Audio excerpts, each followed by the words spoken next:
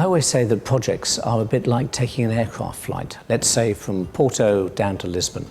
And of course, you want to arrive in Lisbon, that's your objective. To get there, you have to take a flight in a plane, which is quite dangerous and expensive, and you want that flight to be smooth. And it's the same with projects. You want to achieve a strategy, you want to arrive where your strategic vision says you ought to be, but you have to take this journey. Now, the last time you flew, presumably you wanted a safe flight and you wanted a good pilot. Now, a lot of companies actually give change projects to project managers who have no qualifications at all. And it's a bit like getting into a plane with a pilot who says, hey, I've never tried this before, but it could be fun. Well, it might be fun, but it might be fatal.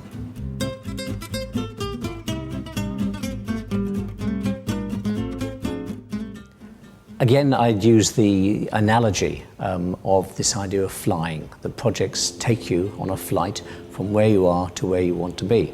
Now, if we think about that as an aircraft, if we have lots of projects flying around the organisation, if we're not careful, they're all going to start smashing into each other. And so what you then need is air traffic control.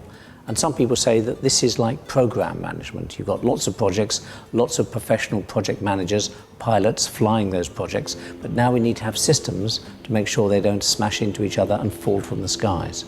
And that's the connection between projects and programs. Your overall strategy, of course, is how are you going to integrate the air traffic control system? What sort of systems do you want? Where do you want to travel to? What airspace do you actually want to fly in? And that's your strategic vision.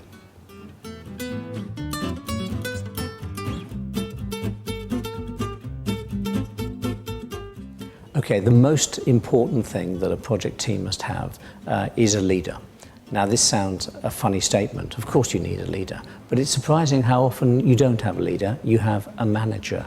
Now, what's the difference? Well, a manager can use procedures and protocols and project management software, but if they're not a leader, then people will not be prepared to actually follow them. Now, you can coerce them, you can say you must follow the protocol, you must follow the procedure, but in the end, people, I'm afraid, will not, and the project will fail.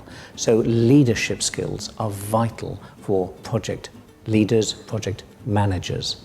And the second thing is, once you've got leadership, you have to engender trust. Projects are dangerous, they're risky, most fail. Indeed, about 80% of projects fail.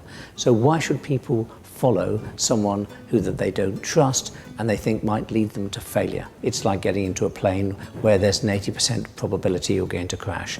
It's not a good idea to get on board. You have to trust that the pilot is well trained and professional. The same on projects.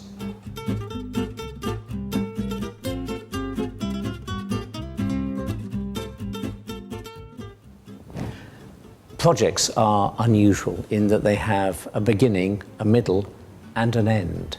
A lot of line managers find this difficult because they like to build up their department and their team, and their office gets bigger and bigger, and their car gets bigger and bigger.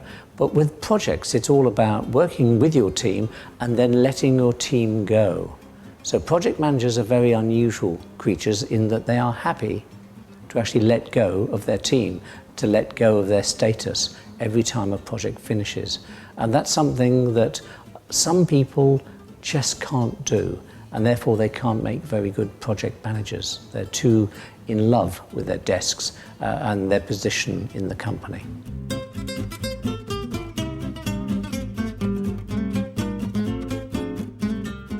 As an example of project management, perhaps, in a film of all things, if we look at the Russell Crowe film The Gladiator, and there he and the gladiators are waiting in the arena, almost waiting to die, and the chariots come in, and Russell Crowe turns it into a project.